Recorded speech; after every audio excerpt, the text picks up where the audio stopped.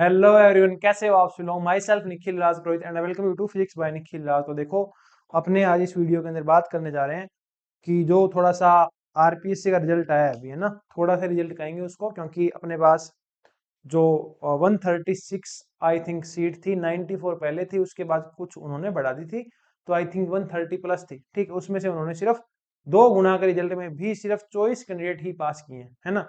तो इन ये 24 कैंडिडेट तो कहीं अटकेंगे नहीं, इनका तो श्योर सिलेक्शन है ही। अब इसके लिए पीडीएफ डाउनलोड कर लेते हैं एक बार। ये अपने आरपीएससी की ऑफिशियल साइट है, ठीक है। तो इस पे अगर मैं रिजल्ट्स में जाऊं तो आप देखेंगे कि यहाँ रिजल्ट दिए हुए हैं। जैसे कि ये अपने पास डिसक्वालीफाइड कैंडिडेट की और ये result permeable and cut off marks provisional list है ना। इसको अगर डाउनलोड करें तो ये अपने पास फिजिक्स की लिस्ट है। और फिजिक्स की लिस्ट के अंदर इन्होंने लिखा हुआ है कि अपने जो परीक्षा है वो उन्होंने 5 जून 2026 को ली थी, जिसके अंदर नंबर ऑफ कैंडिडेट जो क्वालिफाई हुए हैं वो अपने पास 24 है ना। तो सिर्फ 24 कैंडिडेट ही इन्होंने पास किए हैं। तो अब इसके बारे में थोड़ी सी बात कर लेते हैं। जैसे कि बहुत सारे स्टूडेंट्स के कमेंट थे, चीजें थी, है ना, कि कहाँ किसकी क्या गलतियां हैं और उनको अपने को कैसे इम्प्रूव करना है, मतलब गलतियां कहाँ हो रही है, हम गलत हैं, आरपीएससी गलत है, या फिर हो क्या रहा है, ठीक है ना। और हमें कैसे सुधार करने की जरूरत है, हमारे हाथ में क्या है और हम उसमें कैसे सुधार करके आगे बढ़ सकते हैं, थोड़ा सा अपने इस पॉइंट पे बात करने वाले हैं। तो इस जो लेक्चर है ये, इसका मैंने नाम रखा है आत्म मंथन, है ना, कि हम कहाँ कैसे क्या कर रहे हैं, किस दिशा में जा रहे हैं। थोड़ी सी इसके बारे में अपने बात करेंगे। मेन 3 लोग हैं इसके अंदर, विद्यार्थी हैं, आप देख रहे हैं तो आप हैं। विद्यार्थी कहना गलत होगा, एस्पिरेंट्स कह सकते हैं, ठीक है, कि जो इस एग्जाम की तैयारी कर रहे हैं। मार्गदर्शक है ना, कि जो आपको इस एग्जाम के लिए गाइड करते हैं, जैसे कि मैं हूँ या और जो भी आपके चाहते टीचर्स हैं वो है। और आरपीएससी है जो आपका एग्जाम करवाती है, सिलेबस जारी करती है, रिजल्ट देती है, 40% का रूल बनाती है, ठीक है। इन तीनों की बात करेंगे। तो इसके अंदर बहुत सारी चीजें हैं। बहुत सारे स्टूडेंट के जो कमेंट आए थे, कल मैंने एक शॉर्ट वीडियो डाली थी, उन कमेंट्स की भी बात करेंगे। कुछ स्टूडेंट ने व्हाट्सएप के थ्रू भी बताया था, उनकी बात करेंगे, ठीक है। ऐसी बहुत सारी चीजें अपने पास है, उनकी अपने बात करेंगे, ठीक है।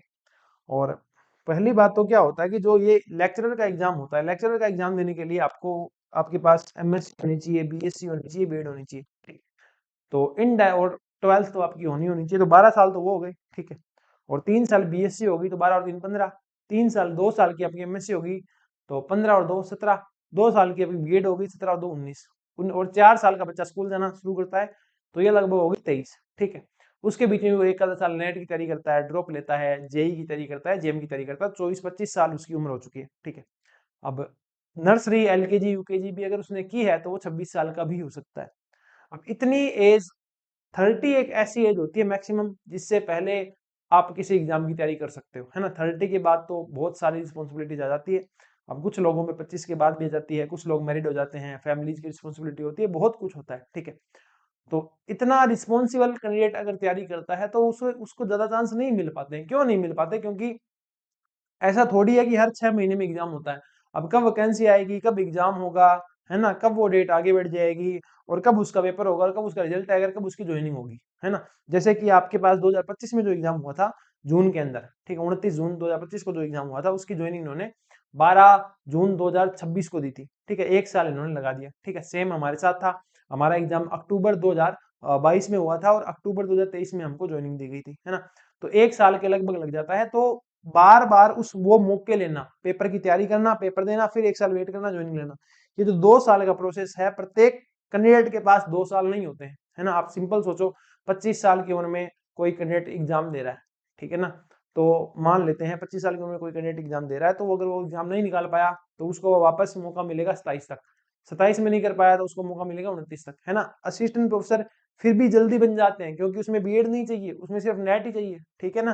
तो वहां 2 साल का वो बीएड वाला नहीं चाहिए, यहाँ 2 साल की आपको बीएड भी चाहिए, ठीक है ना। तो बार बार इतने मौके नहीं मिलते हैं। फिर भी ऐसा पेपर आना, मतलब एक तरीके से आप ऐसे कह सकते हो कि पेपर ही ऐसा है कि स्टूडेंट अपने आप बाहर हो जाएगा, ठीक है। तो इस चीज का क्या सॉल्यूशन अपने सोच सकते हैं उसकी बात करेंगे कि 130 सीट अपने पास थी, ठीक है ना।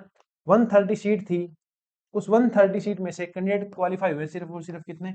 24 कैंडिडेट ही सिलेक्ट उन्होंने किए हैं, ठीक है। करने कितने चाहिए थे? 272। किए कितने हैं? 24। मतलब आप कह लो 10% भी कैंडिडेट नहीं हुए। इसका मतलब ये थोड़ी है कि राजस्थान के अंदर सिर्फ 24 लोग हैं जिनको फिजिक्स आती है, बाकी किसी को फिजिक्स आती नहीं, ठीक है ना।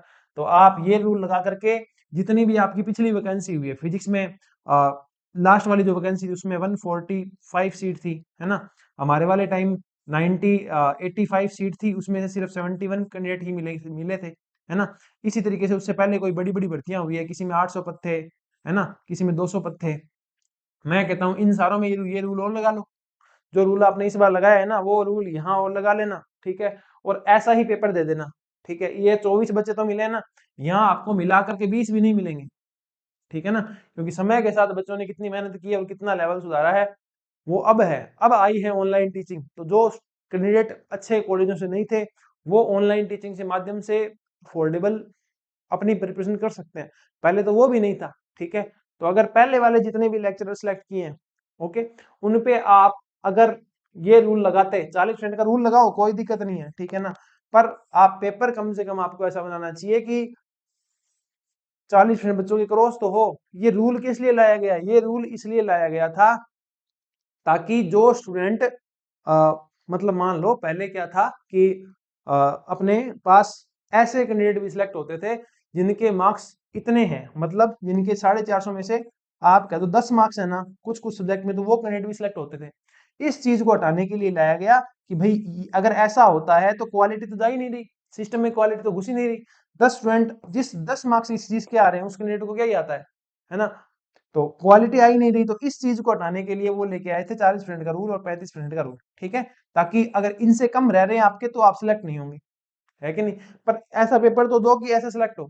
अब बाकी सब्जेक्ट के अंदर इसलिए बच्चे रो रहे हैं कि सर पेपर वन मार रहा है ना, पेपर वन हमको मार रहा है, ठीक है। जैसे कि पिछली बार बहुत से कैंडिडेट्स ऐसे थे जिनके फिजिक्स में अच्छे थे पर जीके में अच्छा नहीं गया, ठीक है, जीके में उनके 40% नहीं आए, तो वो बाहर हो गए, ठीक है। फिजिक्स तो अच्छी थी, आपको फिजिक्स लेक्चरर चाहिए तो फिजिक्स ही तो चाहिए आपको, ठीक है। तो फिजिक्स तो इनकी अच्छी थी, फिर भी वो सिलेक्ट नहीं हुए, चलो कोई बात नहीं। इस बार तुमने क्या किया, इस बार तुमने जीके तो ठीक है तुम देते हो, नहीं क्वालिफाई होने वाला वैसा ही तुमने दिया, लेकिन फिजिक्स में तुमने और खराब कर दिया खेल। फिजिक्स में तुमने कैलकुलेशन इतनी इतनी डाल दी कि स्टूडेंट क्वालिफाई नहीं कर पाए। समझ रहे हो ना, देखने को पेपर नॉर्मल लगता है, मैंने देखा था तब मुझे भी नॉर्मल लगा था, मैं सोल्व नहीं कर पाया था उसको उस टाइम जून के अंदर, क्योंकि उस टाइम मैं किसी काम में बिजी था। अब फिर वापस जब चीजें स्टार्ट की जुलाई से, तो मैं फिर बिजी हो गया, तो मेरे को वो पेपर ढंग से सोल्व करने का टाइम ही नहीं मिला, ठीक है। अभी मैं उसको टाइम निकाल करके सोल्व करूंगा। तो देखने में वो नॉर्मली लगता है, मुझे भी नॉर्मल लगा था, पर जैसे स्टूडेंट के रिव्यू मिले तो ऐसा कोई कैंडिडेट ही नहीं मिलना मुश्किल है जिसके 40% उस पेपर में बन रहे हैं, ठीक है ना। तो कौन सी क्वालिटी आप स्कूल में भेजना चाह रहे हो? अगर आप ये सोचते हो स्कूल के अंदर हमको बहुत ही शानदार क्वालिटी भेजनी है, लेक्चरर बहुत ही जानदार क्वालिटी का होना चाहिए जिसमें बच्चों को बहुत बढ़िया एजुकेशन मिले, मान लिया आपकी बात, तो डीपीसी से आप जो भेज रहे हो, थर्ड ग्रेड से आप सेकंड ग्रेड बनाते हो, सेकंड ग्रेड से आप फर्स्ट ग्रेड बनाते हो, डीपीसी करवाते हो, ठीक है। तो फिर उस उसका क्या, उसमें क्या फिजिक्स में इतनी क्वालिटी जा पा रही है? जो थर्ड ग्रेड लगे थे और वो फर्स्ट ग्रेड आ रहे हैं फिजिक्स वाले बन के, मैं ऐसा नहीं कह रहा उनको मत बनाओ, बनाओ उनको, ठीक है। तो क्या उसमें उनमें भी इतनी क्वालिटी है कि वो इतनी क्वालिटी जो इस पेपर में जो 40% करके आए हैं, 24 बच्चे जो हैं, ठीक है, इसमें जितनी क्वालिटी है उन डीपीसी वाले टीचर्स में भी इतनी क्वालिटी है क्या? बिल्कुल भी नहीं है, ठीक है। तो ये सरासर बहुत ही गलत चीज है। आपको पेपर हमेशा ऐसा बनाना चाहिए। गणपत सिंह जी राजपुरोहित जो है हिस्ट्री पॉइंट बाड़मेर वाले, उन्होंने भी एक लेख लिखा था कल ही, कि कल नहीं आज ही लिखा था, ठीक है, कि हमेशा पेपर इस तरीके का होना चाहिए कि उसमें जिसमें सब मिक्स होना चाहिए, आपकी 11th 12th भी हो, बीएससी भी हो, एमएससी भी हो, आप नॉलेज को भी टच करो, आप स्किल भी टेस्ट करो, आप स्पीड भी टेस्ट करो, ठीक है। पर मेरा ये मानना है कि कट ऑफ हमेशा लगभग इतनी जानी चाहिए, है ना, 50% जाए, या 50% से लेकर के 60% के बीच, इसके बीच कट ऑफ रह जाए। अब ऐसा थोड़ी होता है कि आप 40% कर रहे हो और 40% भी बच्चों के नहीं आ रहे, ठीक है ना। क्योंकि ये तो इस बिहाफ पे हो गया ना कि ऐसा पेपर बना देना कि कोई टच ही नहीं कर पाए, ठीक है। अगर रियलिटी की बात है, अगर आप खुद चाहो, आप सारी बुक्स लेके बैठो, तो आप भी ऐसा पेपर बना सकते हो कि किसी से एक क्वेश्चन भी नहीं मिलेगा। रियलिटी बता रहा हूँ, आप इतने इतने बड़े डेरिवेशन के क्वेश्चन दे दो, नेट के कोई स्टूडेंट कर ही नहीं पाएगा, तो क्या होगा सिलेक्शन करके? सिलेक्शन होगा ही नहीं। समझ रहे हो, एक क्वेश्चन तुम दे दो, उसके चारों ऑप्शन सही दिखा दो, ये कि ये भी आता है, ये भी आता है, ये भी आता है, ये आता है, एक लॉजिक देके ये सही कर दो, अब फिर क्या कर लेगा? समझ रहे हो? तो ये भाई, इससे इतनी हताशा स्टूडेंट के अंदर आती है। स्टूडेंट कहते हैं कि सर घर वाले नहीं समझते हैं, उम्र हो रही है, पैसों की वेस्टेज होती है, एनर्जी की वेस्टेज होती है, टाइम की वेस्टेज होती है, सब चीज की वेस्टेज होती है, फिर क्या करे कैंडिडेट, है ना। इसीलिए फिर वो कैंडिडेट बेचारा करता क्या है, सारे सारे एग्जाम की तरफ भागता है। वो सीईटी भी देगा, वो ग्राम सेवक भी देगा, वो पटवारी भी देगा, वो रीट भी देगा, वो सेकंड ग्रेड भी देगा। तो वो बेचारा जाएगा कहाँ? ठीक है, प्राइवेट सेक्टर में चला जाएगा, तो स्कूल वाले उसको वैसे नहीं जीने देंगे, 20,000 रुपए देंगे तो उसका पूरा खून वैसे पी जाएंगे। तो एक बहुत ही बड़ी असमंजस की स्थिति है। और ठीक है, मान लेते हैं भाई फिजिक्स वाले स्टूडेंट जो है उनको फिजिक्स नहीं आती है, ठीक है, उनको भी नहीं आती, और मैं कह रहा हूं कि मुझे भी नहीं आती, ठीक है, मान लेते हैं बिल्कुल नहीं आती है। जियोग्राफी के अंदर सेम बात हुई है, ठीक है। पॉलिटिकल साइंस की तो बात नहीं की जाए तो बढ़िया रहेगा, ठीक है, पिछली बार भी सेम था और इस बार भी सेम है। तो वो पोस्टें आप भरोगे किससे? पोस्टें आप किससे भरोगे? 60,000 शायद कैंडिडेट थे, उससे इनको है ना 600 कैंडिडेट नहीं मिले हैं, ये हाल है। 600 में से कैंडिडेट कितने मिले हैं? मिलने थे 600, उनको 2 गुना में मिले कितने? 60 कैंडिडेट। ये हाल है। तो सब सब्जेक्ट में ऐसा आप कर रहे हो, तो ये आने वाले भविष्य के लिए ठीक नहीं है। अब मैं तो ये, मेरे को तो ये सोच होता है कि जो जिन भी मान लेते हैं 12-13 हजार कैंडिडेट ने जो फिजिक्स की परीक्षा दी, इसमें से मान लेते हैं सीरियस होंगे अपने 5,000, ठीक है। अब ये 5,000 जब इस 24 की लिस्ट में छोड़ो, इतना टफ पेपर जिन्होंने देखा है, जिन्होंने अपनी पूरी जी जान लगा दी थी, और उनका इसमें सिलेक्शन नहीं है, सिलेक्शन छोड़ो 2 गुना में नाम नहीं है, वेटिंग तो कुछ होगी नहीं क्योंकि क्वालिफाई नहीं है कोई। तो वो वापस तैयारी कैसे करेंगे? किस मुंह को लेकर के वो तैयारी करेंगे कि हाँ हम तैयारी कर लेते हैं, इस बार नहीं हो तो अगली बार हो जाएगा? कैसे हो जाएगा अगली बार? जब पेपर जरूरी है कि इससे इजी आएगा, जरूरी है अगली बार पेपर ऐसा नहीं बनाएगी आरपीएससी। तो ये भाई बहुत ही गलत चीज है। और मैं हमेशा एक बात कहता आया हूं, ठीक है, आप कभी भी मेरा कोई वीडियो उठा के देख लेना, कि हमेशा अपने को पुराने अदर ऑप्शन जो है वो सिलेक्ट करने चाहिए, ठीक है। पुराने वीडियो जब आप देख लेना कहीं भी जाकर के, हमेशा मैं एक बात कहता आया हूँ कि हमेशा आपको जो अदर ऑप्शन है वो सिलेक्ट करने चाहिए। अब एक इशू यहाँ पे और भी आता है। एक कैंडिडेट था जो एचपीएससी में सिलेक्ट हुआ था हमारी तरफ से पिछली बार, उसने कहा कि सर मैं कोचिंग में पढ़ाता हूँ और मैं बहुत अच्छा पैसा कमाता हूँ, ठीक है, बहुत बढ़िया पैसा कमा रहा हूँ, पर चीजों का प्रेशर इतना है सोसाइटी का, परिवार का, कि मेरे को सब यही कहते हैं government job, government job, government job, government job. तब जाके मैं इस गवर्नमेंट की जॉब की तैयारी कर रहा हूँ, तब जाके उनका हो भी गया, ठीक है। तो ये बहुत सारी चीजें हैं, और उसके बीच में कोई बच्चा पूरा ईमानदारी से आ रहा है और उसके पास इतने प्रेशर हैं, ठीक है ना, तो वो चीजें कैसे करेगा? ये राजस्थान है, ये राजस्थान है, यहाँ ऐसा नहीं होता है कि सब इतने मेच्योर हैं कि हाँ भाई, हाँ चीजें आगे बढ़ रही है, राजस्थान आगे बढ़ रहा है, पर सब ऐसे नहीं है कि 28-30 के बाद ही सब शादी करते हैं, सब 28-30 के बाद करियर में स्टैंड करने के बाद ही शादी करते हैं, नहीं, 25-26 तक आप कह दो, इससे कम उम्र में भी शादी हो जाती है। तो बहुत ज्यादा रिस्पॉन्सिबिलिटीज होती है लड़कों पर, और लड़कियों का तो क्या नहीं, क्या है, उनकी तो पूरी जिंदगी चेंज हो रही है। वो इस घर से उठ करके इस घर में जा रही है, ठीक है, जहां वो खुल के बोल तक नहीं सकती, उसके साथ उसको अपना परिवार भी संभालना है, अपने बच्चे भी संभालने हैं, अपने पति को भी संभालना है, ठीक है, फैमिली फंक्शन में भी जाना है, और फिर आकर के वो ये इस एग्जाम 40 वाले की तैयारी करे और रिजल्ट देखे कि 40 तो इसमें आ ही नहीं रही, है ना, अपना सर्वश्रेष्ठ देने के बाद भी।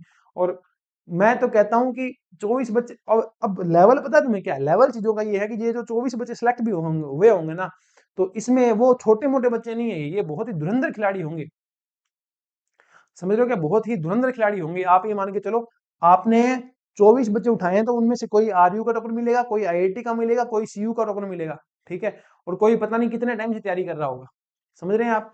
तो बहुत ज्यादा ऐसी चीजें हैं, ये कुछ नहीं है, वेस्ट ऑफ मनी है, वेस्ट ऑफ टाइम है, और वेस्ट ऑफ रिसोर्सेज है, ठीक है। इसमें आपके जो स्टूडेंट है उसकी एनर्जी गई, उसकी एज गई, उसका टाइम गया, उसके रिसोर्सेज गए, उसकी मनी गई, और किसी का कुछ नहीं गया। आरपीएससी ने इतने पैसे जो खर्च किए, चाहे वो सरकार के किए, चाहे वो बच्चों के किए, तो वो वेस्ट ही गए। आपको करना क्या था? आपको जो 16,000 में से सर्वश्रेष्ठ छांटने थे 136, आपने सर्वश्रेष्ठ में से सर्वश्रेष्ठ छांट लिए, है ना, ज्यादा ही क्वालिटी आपने छान दी, तो वो तो कचरा चला गया ना, समझ रहे हैं आप? जैसे कि मतलब मान लो कि आप घी छांट रहे थे, है ना, दूध में से आपने घी बनाया, तो आपने भी घी में से घी निकाला है, वो वाली बात आपने, है ना, दूध का घी नहीं बनाया आपने, आपने घी का घी निकाला है, समझ रहे हैं? इतनी क्वालिटी। अब ये क्या सीखने लायक थोड़ी है? फिजिक्स में लेक्चरर पहले ही कम है, जिनको आप डीपीसी से भरते हो, अच्छी बात है भाई, आपका डिपार्टमेंट आप भरो, ठीक है, पर ये भी आपको थोड़ा देखना चाहिए कि आपको इतने क्वालिफाइड कैंडिडेट 136 कैंडिडेट मिल सकते थे, ठीक है ना, तो भी आपने उनकी बात नहीं की, आपने सिर्फ और सिर्फ 40% रूल लगाया, अपना ईगो सेटिस्फाई किया और 24 कैंडिडेट ही ला करके छोड़ दिए। तो ये भाई बहुत ही गलत व्यवहार आरपीएससी का था, जिसके अंदर बहुत बच्चों का वेस्टेज हुआ। ठीक है। अब एक बात और आती है, एक बहुत ही हार्श रियलिटी बताऊं, किसी के सिलेक्शन में किसी कोचिंग का कोई योगदान नहीं होता है। ठीक है, अगर योगदान होता, कोचिंग से ही बच्चे सिलेक्ट होते, तो उस कोचिंग में पढ़ने वाला हर बच्चा सिलेक्ट क्यों नहीं होता? आप कभी रेशियो देखना कि उस कोचिंग के अंदर बच्चे पढ़ते कितने थे और सिलेक्ट कितने हुए। ठीक है, क्योंकि इनसे आंकलन नहीं होता है। कोचिंग, अब क्या सेल्फ से बच्चे सिलेक्ट नहीं होते? सेल्फ से बच्चे सिलेक्ट होते हैं। ठीक है, मैं भी सेल्फ से सिलेक्ट हुआ था। ठीक है, लेकिन बात यह है कि कोचिंग किस लिए होती है? कोचिंग होती है मार्गदर्शन के लिए। ठीक है ना, मैंने भी एक बार नेट की तैयारी की थी, तो नेट की तैयारी की थी, तो अब मुझे पता है कैसे पढ़ना है, कंपटीशन प्रोस्पेक्टिव से कैसे पढ़ते हैं, तो मुझे वो पढ़ना आता है। ठीक है ना, ऐसी सुविधाएं जो है, प्रत्येक स्टूडेंट आईआईटी में नहीं गया, मैं आईआईटी में नहीं गया, मैं डीयू में नहीं गया, मैं आरयू में नहीं गया, मैं सीयू में नहीं गया। ठीक है, तो मुझे भी अच्छी गाइडेंस नहीं मिली, चीजें अच्छी नहीं मिली, तो हमने कोचिंग का सहारा लिया। समझ रहे हैं? अब वहां से इंप्रूव करके हम आगे बढ़े। तो स्टूडेंट्स इसलिए कोचिंग का सहारा लेते हैं कि उनको जो गाइडेंस की कमी रह गई, उनको जो उस मटेरियल की कमी रह गई, वो एक हेल्प कर देगा एक टीचर। उतना ही रोल होता है एक कोचिंग का। ठीक है ना, कोचिंग के बारे में तो बस मैं इतना ही कहना चाहूंगा कि इस चॉइस में तो शायद कोचिंग ओनर भी सिलेक्ट नहीं होता, शायद मैं तो नहीं होता, मैं तो आपको ये कह सकता हूँ। हाँ, हालांकि मेरी उस टाइम कौन सी रैंक थी, 16वीं रैंक थी, तो शायद हो भी जाता, पर अब नहीं होता। अब तो बिल्कुल नहीं होता। ठीक है ना, क्यों नहीं होता? क्योंकि हम सारे सब्जेक्ट थोड़ी टच में रहते हैं।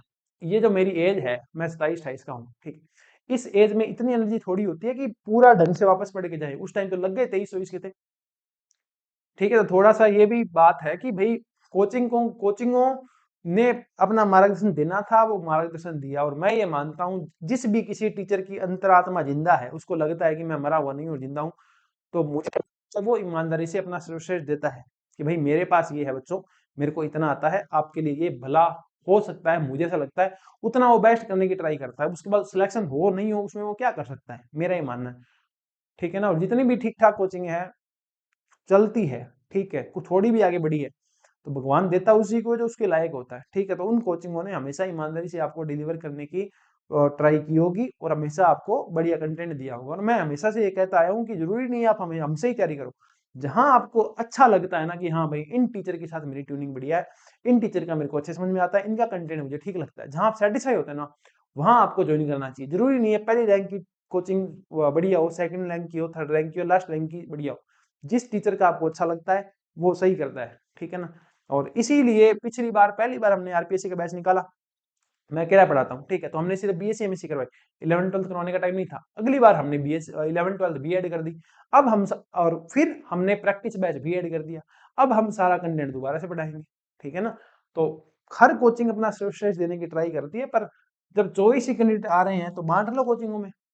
बांट लो कोचिंगों में, फिजिक्स की 6 कोचिंग तो होगी राजस्थान में, 6 तो होगी, ज्यादा ही हो सकते, 10 ही होगी। बांट लो कैंडिडेट, कितने बांटोगे? 2.4। एडमिशन कितने थे आपके पास? 200। क्या बांटोगे आप? किस मुंह से कहोगे बच्चों को कि आप अब दोबारा तैयारी कर लो? बहुत ही, अब बहुत सारे लोग हैं ना, ऐसे भी हैं, इवन कि माँ बाप भी होंगे, जो अपने बच्चों को ये कह रहे होंगे कि आप पढ़ते नहीं हो। ठीक है, 40% नहीं आए हैं आपके, तो आप पढ़ते नहीं। मेरा ये मानना है, देखो हमेशा मैं एक बात कहता हूँ, तुम्हारे शरीर से बाहर हर दूसरा शरीर तुम्हारे लिए समाज है। चाहे वो तुम्हारा भाई, तुम्हारी बहन, तुम्हारी पत्नी, तुम्हारे पिता, तुम्हारे माता, कोई ना हो, कोई कोई भी हो, तुम्हारे शरीर से बाहर हर दूसरा व्यक्ति तुम्हारे लिए समाज है। ठीक है, तो उनको नहीं पता है तुमने क्या किया है, कैसे किया है, किस मानसिक स्थिति में तुम हो, किस मानसिक स्थिति में तुम होगे, और किस मानसिक स्थिति में तुम थे। तो वो सारे युद्ध जो है तुम अकेले ही लड़ते हो, तो बाकी पूरा समाज ही है। वो तो यही कहेगा इसने मेहनत नहीं की होगी, काश ये एक क्वेश्चन छोड़ देता, काश ये एक क्वेश्चन सही कर देता, आप भी जाकर के भाई बैठते। ये प्राइम एज होती है किसी की तरक्की की, किसी की बुद्धि की, है ना। आप ये मान के चलो 23 से ले लो, 23 से 30, ये किसी की बुद्धि की प्राइम एज होती है। इससे पहले भी आप बच्चे हो, इसके बाद भी आप बच्चे हो।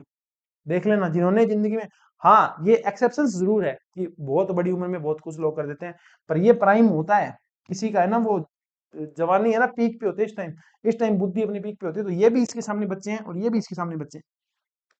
तो ये कह देना बहुत ही, मतलब मैं कहूंगा सोचनीय बात है कि कोई आपको ये कह दे कि बच्चों ने मेहनत नहीं की होगी। बच्चे मेहनत करते हैं भाई। बच्चे मेहनत नहीं करते तो आप सेम पेपर ला करके, जो लगे पड़े हैं ना पहले से नौकरी, जो, और सबसे बड़ी समस्या पता है क्या? जो पहले से नौकरी लगे पड़े हैं ना, वो बहुत ज्ञान बांटते हैं। ठीक है, कि भाई इसको बोलना ऐसी तैयारी करे, इसको बोलना ऐसी तैयारी करे। अरे भाई साहब, आप दे के देखो ये पेपर, आप पानी नहीं मांगोगे यहाँ।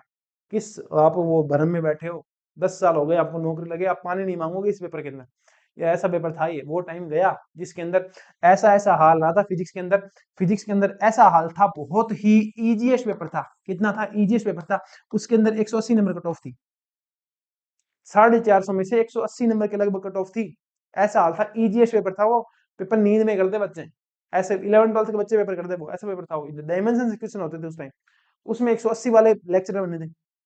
वो लोग कह देंगे कि ये डिजर्विंग नहीं है, तो ऐसा नहीं है। मैं इनका बुरा नहीं कह रहा, मैं ये नहीं कह रहा ये बनने के लायक नहीं थे, ये लायक थे। पर अब क्या ऐसा हो गया कि जो तुम बिल्कुल ही ऐसे तुम ले गए। 40 फ्रेंड का रूल इसलिए लाया गया था ताकि जो सिस्टम में लोअर साइड से घुस रहे थे, ठीक है ना, मतलब जिनके माइनस में नंबर थे वो भी नौकरी लगे हुए हैं, उस चीज को हटाने के लिए कट ऑफ लेके आई गई थी कि मिनिमम क्वालिफाइंग मार्क्स जो है वो इतने होने चाहिए, इससे ऊपर आओ तभी आपकी काउंटिंग करेंगे। ठीक है, तो ये भी सुधार आरपीसी को टाइम रहते कर लेना चाहिए, वरना किस अंधकार में सिस्टम चला जाएगा पता भी नहीं लगेगा। तो एक टाइम क्या आएगा, ऐसा है, एक सब्जेक्ट ऐसा भी है शायद मैंने पढ़ा था जिसके अंदर कोई कैंडिडेट क्वालिफाई नहीं हुआ है, किसी के आए ही नहीं है। ठीक है ना, किसी के कोई कोच था शायद, स्पोर्ट्स का ही था, अपने school lecturer and coach exam बोलते हैं इसको, इसके अंदर था कि एक एक सब्जेक्ट में कोई स्टूडेंट ही नहीं मिला है। तो ये एक स्थिति भी हर सब्जेक्ट में देखने को मिल सकती है। Government job is the only option. मैं पहले कह चुका हूं, मैं अब भी कहता हूं, मैं आगे भी कहूंगा, गवर्नमेंट जॉब ओनली ऑप्शन नहीं है। हाँ, घर वाले जरूर कहते हैं आपको गवर्नमेंट जॉब करनी चाहिए, पर आपको अपनी फिजिक्स इतनी इंप्रूव करनी चाहिए कि आप कहीं प्राइवेट में भी अच्छा कर सको। अब इतना कॉन्फिडेंस तो तुमको लाना पड़ेगा कि तुम जो स्कूल 10 15 हजार दे रहे हैं, 20 हजार दे रहे हैं, 25 दे रहे हैं, 30 दे रहे हैं, 40 दे रहे हैं, उनसे तुम उठो, उनसे आगे निकलो। बहुत अच्छी अच्छी कोचिंग है, उनमें जाकर के पढ़ाओ, और वहाँ बढ़िया बढ़िया कोचिंग, बढ़िया बढ़िया पैकेज है। ठीक है, आईआईटी जेई को पढ़ाओ, नीट को पढ़ाओ आप, ठीक है, तो वहाँ बहुत अच्छे पैकेजेस आपको मिलते हैं, अच्छी सैलरी आपको मिलती है। होम ट्यूशन पढ़ाओ शाम को, ठीक है, ऑनलाइन पढ़ाओ, ऑफलाइन पढ़ाओ, जो पढ़ाना है पढ़ाओ, बट एक रास्ता आपको ढूंढना पड़ेगा, वरना इस बहता जो ये गंगा जल है जिसमें आप बह जाओगे इस नदी में, इससे आपको कोई नहीं बचाने वाला। गवर्नमेंट जॉब, हाँ ठीक है, तैयारी कर लो, फिर रिवीजन कर लो आप एक बार, ठीक है, बार बार आप कोचिंग नहीं कर सकते, और बार बार कोचिंग करने का सेंस भी नहीं है। मैं हमेशा स्टूडेंट को कहता हूँ, बार बार लेक्चर नहीं देखना है आपको, एक लेक्चर आपको बार बार नहीं देखना है। आप पढ़ोगे तब देखोगे, रिवीजन में देखोगे, पेपर आएगा तब देखोगे, तो कैसे चीजें चलेगी। तो ये आपको थोड़ा ध्यान रखना है। अब गवर्नमेंट जॉब की प्रिपरेशन बार बार नहीं करनी है, इसके लिए हम ये कर सकते हैं कि हम आपके लिए कोई ना कोई फ्री कोर्स ला के दे देंगे। ठीक है, तो अगर आपने कहीं से भी कोचिंग कर रखी है तो यूट्यूब पे उस फ्री कोर्स से आपका भला हो जाएगा पेपर के टाइम। ठीक है, इसके लिए हमने बहुत प्रयास किए भी हैं, पर प्रयास किसी को दिखते नहीं है। हमने पूरा 11 12 फ्री करवा रखा है यूट्यूब पे, क्रैश कोर्स। ठीक है, पूरा 11 12 हमने फ्री करवा रखा है, क्रैश कोर्स। हमने बीएससी एमएससी दोनों का क्रैश कोर्स करवा रखा है। ठीक है, पर वो किसी को दिखेगा नहीं। ठीक है, हमने एक फुल लेंथ भी दिया था फ्री, दोनों तीनों बार। इस बार हम एक की जगह 3 फुल लेंथ फ्री दे देंगे आपको। ठीक है, और हमने गैट पीवाईक्यूज भी करवा दिए। गैट पीवाईक्यूज भी हमने इसीलिए करवाई कि पेपर ये इतना उल जरूल बना रहे हैं कि अब थोड़ा सा फिजिक्स में अगर वो आपके सिलेबस के टच में है गैट पीवाईक्यू, तो आप वो कर लो। इसलिए मैंने इस बार गैट पीवाईक्यूज भी मैं करवा रहा हूँ, फ्रीली यूट्यूब के ऊपर करवा रहा हूँ। और इन सब की है ना, मैंने पीडीएफ भी दी थी उस टाइम, इन सब की पीडीएफ दी थी मैंने, इसकी भी पीडीएफ दी थी, इसकी भी पीडीएफ मैं दे दूंगा। ठीक है, तो जिन्होंने पहले कोचिंग कर रखी है, जो दोबारा कोचिंग नहीं करना चाहते, वो फ्री कोर्स से ही पढ़ सकते हैं। ठीक है ना, अब यार तुम डाउट करते हो, जैसे ये अपने पास 60 घंटे का कोर्स है, ये मेरे हिसाब से होगा, मान लो 9 और 7 16 है, तो 16 × 3 = 48, 30 घंटे से कम का तो ये भी नहीं है। ठीक है, और इसमें 2 घंटे मान लो है, तो 2 × 9 = 18, ये कम से कम 30 घंटे का, ये देखो 120 घंटे प्लस का कोर्स आपको फ्री दिया हुआ है यूट्यूब पे। फिर भी बच्चे नहीं पढ़ते हैं, तो यार हम क्या करें, वो आकर के टीचर को ही गाली देंगे, सर आपकी कोचिंग से कितने सेलेक्ट हुए, भाई एक भी नहीं हुआ। क्यों? क्योंकि हमें पढ़ाना नहीं आता है। आपको जहां अच्छा लगता है आप वहां पढ़ सकते हैं, ऐसा नहीं होता है कभी भी। मेरा दिमाग इस बुद्धि से चलता ही नहीं है कि समस्या को समस्या कैसे बनानी है। समस्या क्या है? अपने को समस्या का हल ढूंढना है। समस्या का हल ये है कि आप गवर्नमेंट जॉब के साथ प्राइवेट जॉब के ऑप्शन देखो हमेशा। और मैं एक बात हमेशा कहते आया हूँ कि सिर्फ अपने स्टेट का नहीं, अदर स्टेट को भी जाओ, अदर स्टेट को की तरफ भी आपको देखना चाहिए। जैसे कि मान लो एमपी टेट है, बीपीएससी है, एच टेट दो, एचपीएससी दो, चंडीगढ़ पीजीटी दो, डी ट्रिपल एस भी दो, जहां मौका मिले आप एग्जाम दो और उसकी तैयारी करो, क्योंकि पीजीटी का सिलेबस सेम ही है सर। ठीक है ना, तो थोड़ी सी चीजें ऐसे है। और सिर्फ एक जगह ऐसा नहीं है, हर जगह ऐसा ही है। राजस्थान ऐसा स्टेट है जहां सबसे फेयर एग्जाम हो रहे हैं, जहां कंटिन्यूसली एग्जाम हो रहे हैं। ठीक है। अपने झारखंड में देख लो, पेपर प्रोटेस्ट चल रहा है, ठीक है। एचटेट के अंदर उन्होंने 20 पता नहीं कितने क्वेश्चन गलत डाल दिए एचटेट के पेपर में। तो कहीं भी फेयर चीजें नहीं है, राजस्थान से फेयर कहीं है नहीं, राजस्थान में ये हाल चल रहा है।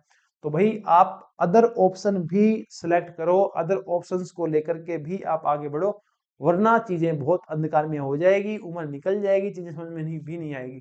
और मैं हमेशा यही कहता हूं कि तुम्हारी सक्सेस कभी ऐसी होनी ही नहीं चाहिए कि उस एक सक्सेस को निकाल देने से तुम्हारा पूरा करियर मिट्टी नजर आए। समझ रहे हो कि आपके पास कभी भी ओनली एक ही सक्सेस है मान लो, और उसी के अराउंड आप रिवॉल्व कर रहे हो कि एक जॉब लग गई, उसी के अराउंड है, यही जॉब पहली थी, यही आखिरी है। इस जॉब को अगर आपके करियर से निकाल दिया जाए तो आपका करियर मिट्टी नहीं लगना चाहिए। समझ रहे हो क्या? इस माइंड सेट से आपको थोड़ा चलना चाहिए, मुझे ऐसा लगता है। बाकी मैं गलत भी हो सकता हूँ, कोई जरूरी नहीं है मैं सही हूँ। अगला देखो, पेरेंट्स प्रेशर, सोसाइटी प्रेशर। अब ये भी है, एक स्टूडेंट का कमेंट आया था कि सर माता पिता कहते हैं कि आप पढ़े ही नहीं थे। तो भाई माता पिता फिजिक्स लेक्चरर थोड़ी है तुम्हारे, उन्होंने कोई आईआईटी से फिजिक्स थोड़ी कर रखी है, उन्हें थोड़ी पता है कि तुमने कितना पढ़ा है कितना नहीं पढ़ा। रियलिटी तो ये है ना, तुम्हारे शरीर से बाहर किसी को नहीं पता कि तुमने कितना पढ़ा है। समझ रहे हो? तो उनका लोड लेने की जरूरत नहीं है, वो भोले भाले प्राणी हैं, अनजाने ना अनजाने में वो भी समाज का हिस्सा है। उन्हें भी समाज यही कहता है कि इसने पढ़ा नहीं होगा, तो उनके दिमाग में वही आता है कि ये पढ़ा नहीं होगा। ठीक है ना? तो कहना आसान है, इन ये तुम्हारा चाहते भला ही है, पर पेरेंट्स से भी एक मेंटली है ना वो डिस्टेंस रखनी चाहिए। हाँ, अपनी रिस्पॉन्सिबिलिटी निभाओ, अपने जो कर्तव्य है ना वो आप पूरे करो, पर अपने जिंदगी के हर इंसान से एक स्पेस रखो, मेंटली स्पेस रखना बहुत जरूरी है। समझ रहे हो ना? तुम क्या कर रहे हो तुम ही जानते हो यार, और कोई नहीं जानता। तो उस चीज को लेकर के थोड़ा सा आप अलग रहे अपने पेरेंट्स से भी मेंटली। समझ रहे हो? घर की बातें डिस्कस करो, समस्याएं डिस्कस करो, पर समस्या आ रही है जिंदगी में तो उसको हल करने का तरीका डिस्कस करो। पर ये डिस्कस थोड़ी करते हैं कि मैं ये कैसे करूंगा। सबके पापा पढ़े लिखे थोड़ी हैं, किसी के पापा ज्यादा पढ़े लिखे नहीं होते, मेरे वाले भी नहीं थे, और मुझे उसमें कोई ज्यादा दिक्कत नहीं है। है ना? तो आप थोड़ा सा पेरेंट्स वाला प्रेशर को तो ऐसे है कि हाँ उनको कह दो आप, आपको वो गैप बनाना पड़ेगा। सबसे इंपॉर्टेंट चीज है आपका आगे बढ़ना, आपका मेंटल पीस। उसके लिए चाहे सारी दुनिया का मेंटल पीस आपको खराब करना पड़े, कर देना। आपका मेंटल पीस सबसे इंपॉर्टेंट है, आपके मेंटल पीस से इंपॉर्टेंट कुछ नहीं है। क्योंकि रियलिटी बताता हूँ आपको, जैसे कि मान लो ये परिवार है, ठीक है, उसमें पापा हैं, जॉब पे जा रहे हैं, मम्मी घर का काम कर रही है, बड़ा भाई जॉब पे जा रहा है, जैसे जो भी है, ठीक है। अब इनका रूटीन ऐसे ही चलेगा, ये उठेंगे जॉब पे जाएंगे, मम्मी उठेगी घर का काम करके खाना बनाएगी। ठीक है, हो सकता है मम्मी जॉब पे भी जाती है, हो सकता है, कोई बड़ी बात नहीं है। ठीक है, इस पे जज मत करना कि सर मम्मी खाना ही क्यों बना रही है, भाई जॉब पे भी जा सकती है, सबके अलग अलग है। ठीक है, और यहाँ बड़ा भाई, अब तुम्हारा अगर किसी के मेंटल पीस खराब होने से कुछ नहीं होगा। मेंटल पीस खराब होगी तो पापा जॉब जाएंगे, मेंटल पीस खराब होगी तो ये मम्मी घर का काम करेगी, जॉब पे जाती जॉब पे जाएगी, भाई जॉब पे जाएगा। ठीक है, अगर मेंटल पीस खराब है तो भी तुम्हारे मेंटल पीस खराब है ना, तुम अपना करियर नहीं बना सकते, तुम पे सबसे ज्यादा इफेक्ट पड़ेगा। इसलिए मैं कहता हूँ तुम्हारे मेंटल पीस से इंपॉर्टेंट किसी दुनिया के किसी दूसरे इंसान का मेंटल पीस नहीं। ठीक है, तो आप ये थोड़ा सा ध्यान रखें। Self doubt and field change, क्या हो गया ये? देखो, सेल्फ डाउट और फील्ड चेंज की जो बच्चों को सेल्फ डाउट आ रहे हैं कि भाई हम फिजिक्स के लायक हैं या नहीं है, और क्या हमको फील्ड चेंज कर देना चाहिए। तो देखो, बात ऐसी है कि अगर आपने एमएससी फिजिक्स किया है और थोड़ा बहुत भी आपको आता है, ठीक है, फिजिक्स ठीक ठाक है आपकी, तो आप एक बार तैयारी करें, चाहे सेल्फ से करें या किसी कोचिंग से करें, जैसे करनी है आपको करें। ठीक है, अब उस पेपर में आपके 20% भी टच नहीं हो रहे, जैसा ये वाला पेपर था, इसमें 20% भी नहीं आ रहे, तो आप और बार बार प्रयास करने के बाद भी आप असफल हो रहे हो, तो अपनी जो जीवित बुद्धि है उसका पूरा प्रयोग करके, अगर आपको लगता है आपको फील्ड स्विच करना चाहिए, तो आप एक बार गवर्नमेंट जॉब वाला छोड़ के प्राइवेट जॉब वाला करके देख लो। ठीक है, फिर भी लगता है कि नहीं सर प्राइवेट नहीं गवर्नमेंट में ही जाना है, तो भाई आप कर सकते हो वो दूसरी गवर्नमेंट जॉब भी, और तो अब क्या बोले। ठीक है, दूसरी गवर्नमेंट जॉब अगर आपको करनी है तो आप उसकी भी तैयारी कर सकते हो। अब सब यही हाल है। बहुत सारे स्टूडेंट ऐसे हैं जो एसएससी की तैयारी करते थे, अब आ रहे हैं फर्स्ट ग्रेड की तरफ। एक कैंडिडेट का तो आज ही फोन आया था कि सर मेरा एसआई का एग्जाम है और मैं फर्स्ट ग्रेड की भी तैयारी करूंगा। ठीक, तो वो इस फील्ड में आ रहे हैं, तुम उस फील्ड में चले जाओ। तो इससे होगा क्या?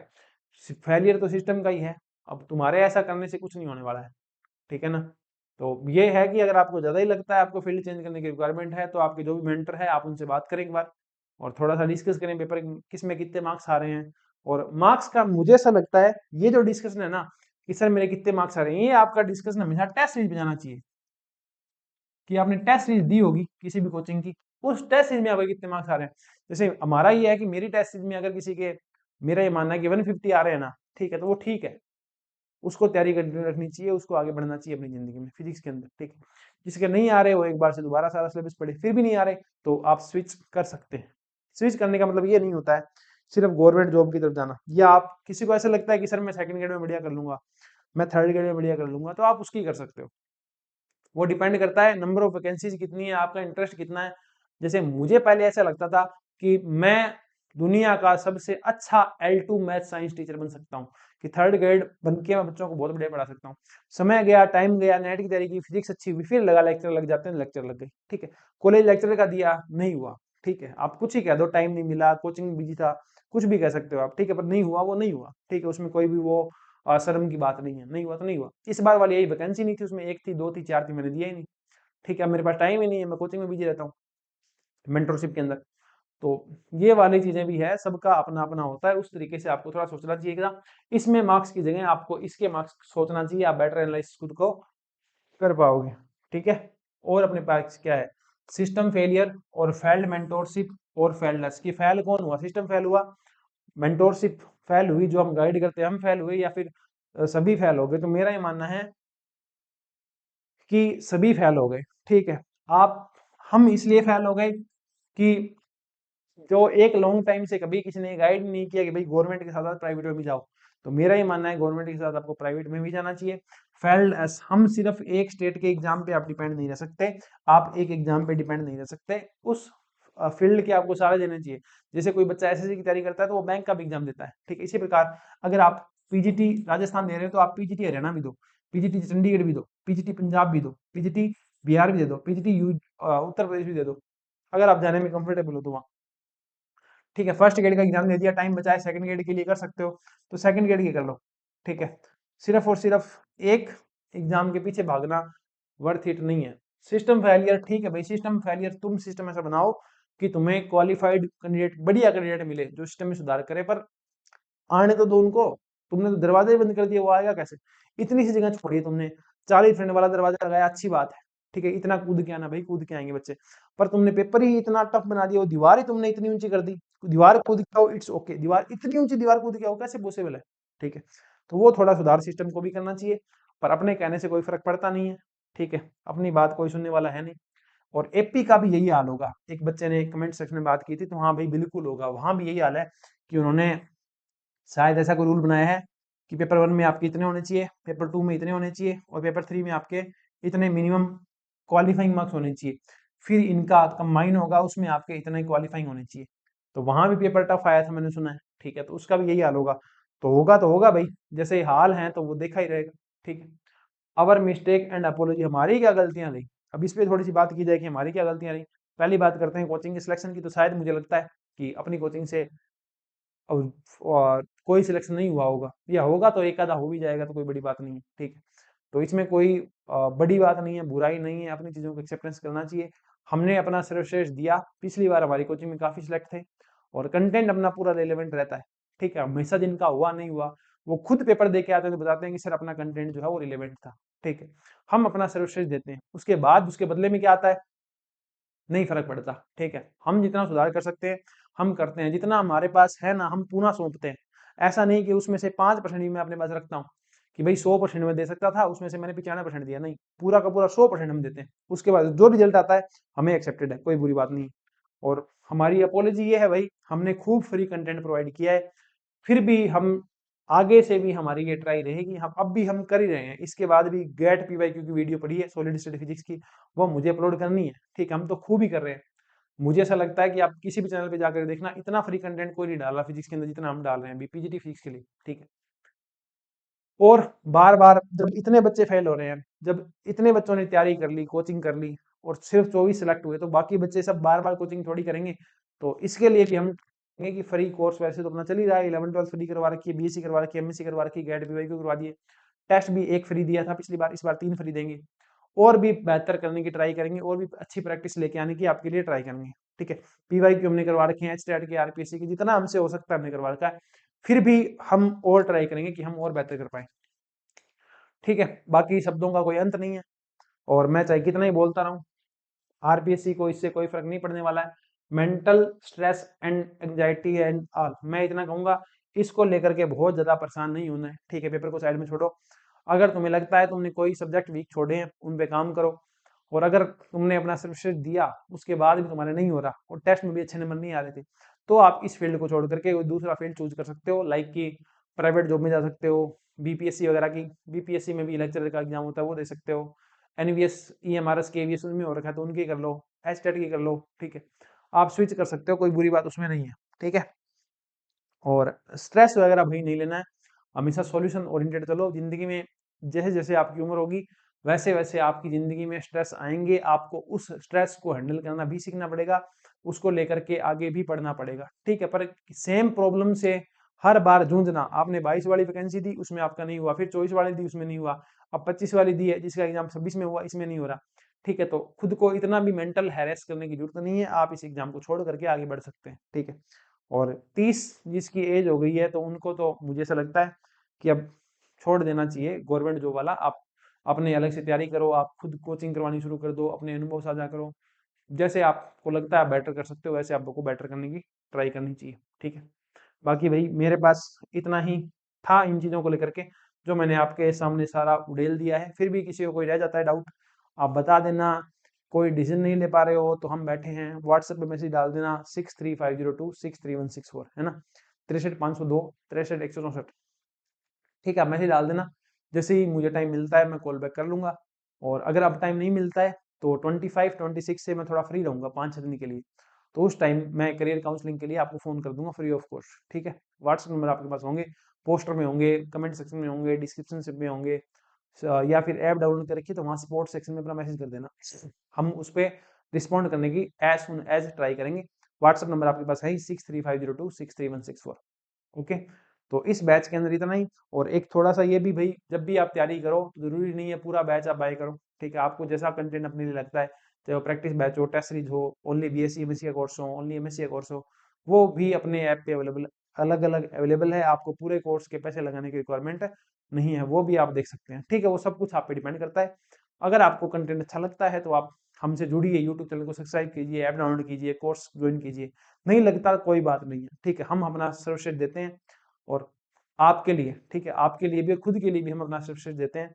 आप भी ट्राई करें कि आप अपना सर्वश्रेष्ठ दें, और जहां आपको लगता है कि यहाँ मेरा सर्वश्रेष्ठ होगा, उसी कोचिंग से आप जुड़े, उस चैनल से आप जुड़े, ठीक है। क्योंकि दुनिया बहुत बड़ी है, कितने करोड़ों लोग दुनिया के अंदर है, ठीक है। तो उसमें से आपको अपना सोच करके, सर्वश्रेष्ठ सोच करके आपको आगे बढ़ना चाहिए। मानव का मानव मानव जो जाति है ना, वो स्वार्थ पेटी की है पूरी की पूरी। अब आप बोलोगे कैसे, सिंपल सी बात है, आपके जो सगे भाई बहन हैं आपको अपने कजिन से ज्यादा अच्छे लगेंगे, आपके पिता के जो बच्चे हैं, सगे बच्चे हैं, वो उनको जो भतीजा होगा, भतीजी होगी, उनसे ज्यादा अच्छे लगेंगे। मानव जाति स्वार्थ पेटी की है। एक पिता काम इसीलिए करता है, उसका स्वार्थ है कि मेरे को पैसे मिलेंगे, मैं जाके के घर पे अपने बच्चों को दूंगा, ठीक है। माता का स्वार्थ ये है कि वो अपने बच्चों के लिए कर रही है, बच्चों का स्वार्थ ये है, आप छोटे बच्चों को बोलो ये टॉफी ले ले, तो ये काम कर दे, तो वो भाग के वो काम करेगा। तो सब स्वार्थ पे टिका है। तो आप भी इतना अपना भला सोचें, इतना अपना स्वार्थ सोचें कि ऐसे मेरा सर्वश्रेष्ठ होगा, ठीक है। कैसी भी परिस्थिति आए, चाहे गवर्नमेंट एग्जाम निकले ना निकले, ये जो रास्ता है ये मेरे को अपने सर्वश्रेष्ठ की तरफ लेके जाएगा। तो आप वो सर्वश्रेष्ठ काम करने की, वो सर्वश्रेष्ठ रास्ता चुनने की ट्राई करें, ठीक है। कोशिशें करते रहे और सिर्फ एक चीज पे निर्भर नहीं रहे। आरपीएससी का ये रिजल्ट यही यही कहता है, ठीक है। अब सिर्फ फिजिक्स असफल नहीं हुई, यहाँ बहुत कुछ असफल हुआ है। पॉलिटिकल साइंस में भी सेम हाल है, जियोग्राफी में सेम हाल है। एक जो मैंने बताया जिसमें एक भी कैंडिडेट नहीं मिला, उसमें भी यही हाल है। और यही हाल है कि इतनी मेहनत करने के बाद भी किसी कोचिंग को रिजल्ट नहीं मिलता है, ठीक है। तो हमारे तो सबसे बुरे हाल है, ठीक है। फिर भी हम ट्राई करेंगे कि हम भविष्य में और बेहतर कर पाएं, आपके लिए और बेहतर जितना हमसे हो सकता है हम करने की ट्राई करेंगे। इस वीडियो में इतना ही, मिलते हैं नेक्स्ट वीडियो में, तब तक के लिए bye bye, thank you, bye bye.